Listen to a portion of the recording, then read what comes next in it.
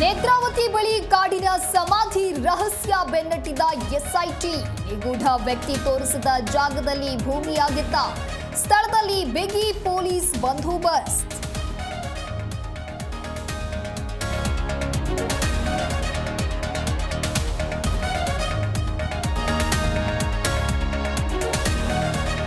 BJP ಅಧಿಕಾರಕ್ಕೆ ಬಂದು ಹಿಂದೂಗಳಿಗೆ ಏನೂ ಮಾಡಿಲ್ಲ.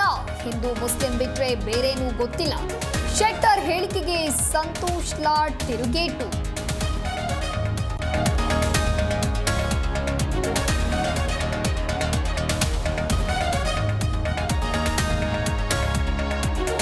ಸರ್ಕಾರದ ವಿರುದ್ಧ ಸಿಡಿದದ್ದ ಕೇಸರಿ ಪಡೆ. ತುಮಕೂರಿನಲ್ಲಿ ಎತ್ತಿನ ಗಾಡಿ ಏರಿದ ವಿಜಯೇಂದ್ರ.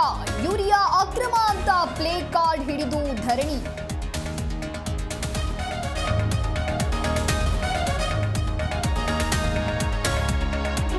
ಮಹಾರಾಷ್ಟ್ರ ಪಶ್ಚಿಮ ಘಟ್ಟ ಪ್ರದೇಶದಲ್ಲಿ ಮಳೆಯ ಆರ್ಭಟ.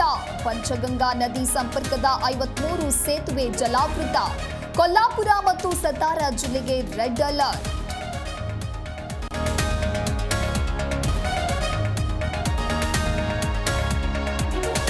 ಕಲಾಸಿಪಾಳ್ಯದಲ್ಲಿ ಸ್ಫೋಟಕ ವಸ್ತುಗಳು ಪತ್ತೆ ಕೇಸ್. 3 ಆರೋಪಿಗಳನ್ನ ಬಂಧಿಸಿದ ಪೊಲೀಸರು.